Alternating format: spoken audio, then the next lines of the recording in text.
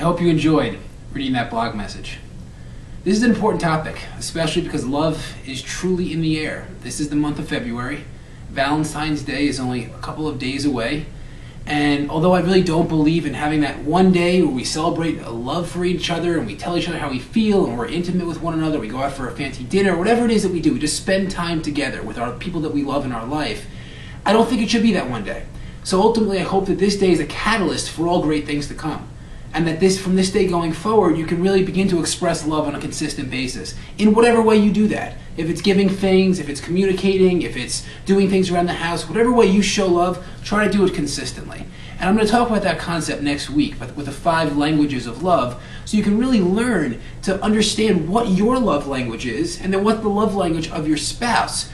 But ultimately, Valentine's Day is a holiday of polarity or duality, in the sense where there are some people that truly get so excited and so passionate because this is their chance to express their intimacy, yet others feel alone in this extremely convoluted world, whether or not they're literally alone. They may be in a relationship for years, yet still feel alone and empty inside. So regardless of where you're at in your life, I encourage you to perform the exercise that I shared from above. Create that list of undesirable characteristics and then desirable characteristics. And then take the time to truly assess the 5 most important attributes in each of those areas that you desire and that are completely undesirable. Once you have this list, you'll begin to gain clarity as to what you're looking to achieve. This has worked for me and how I attracted love into my life right now. If I was unsure of what love looked like to me, I wouldn't have known that it was staring me right in the face. See, that's what I believe happens, is that often we're seeking love. We're trying to find that person who's 100% compatible with who we are. But we don't even know what that means. What does compatibility mean to you? And if you haven't taken the time to assess what love is in your world, you're never going to know if that person is looking right at you. But ultimately, don't judge a list too soon. Because with a list, in essence, it's just a period in time where you've determined characteristics that you're looking for.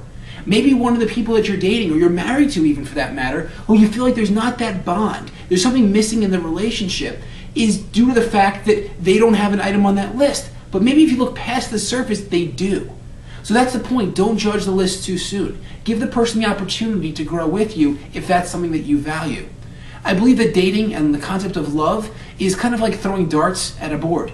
We don't really know what we're looking for. So we throw that dart, and whatever it hits, that's what we go on the date with.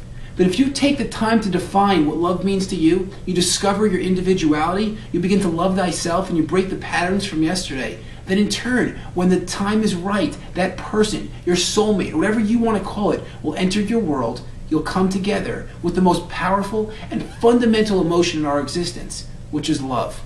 So take the time on this holiday, regardless of your circumstances, to perform this activity. If you don't currently have love in your life, this will enable you to gain crystal clarity as to what you're looking for. And if you do already have love, or maybe it's missing a little bit, this will reignite your flame or take your love to the next level. Love and growth are completely correlated, but the only way that it takes place is when you spend the time, energy, and effort dedicated to that sole purpose of enhancing the love in your life. There's nothing more important.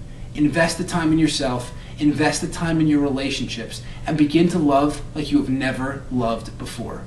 I hope all of you have a very happy Valentine's Day. Like I said from the start of this video, allow this holiday to be your catalyst, so that not one day is your love day, but ultimately every day going forward, for your family, for your friends, for your colleagues, and ultimately for yourself. On Sunday, I'm going to send out a brief video just wishing everybody a happy Valentine's Day once again.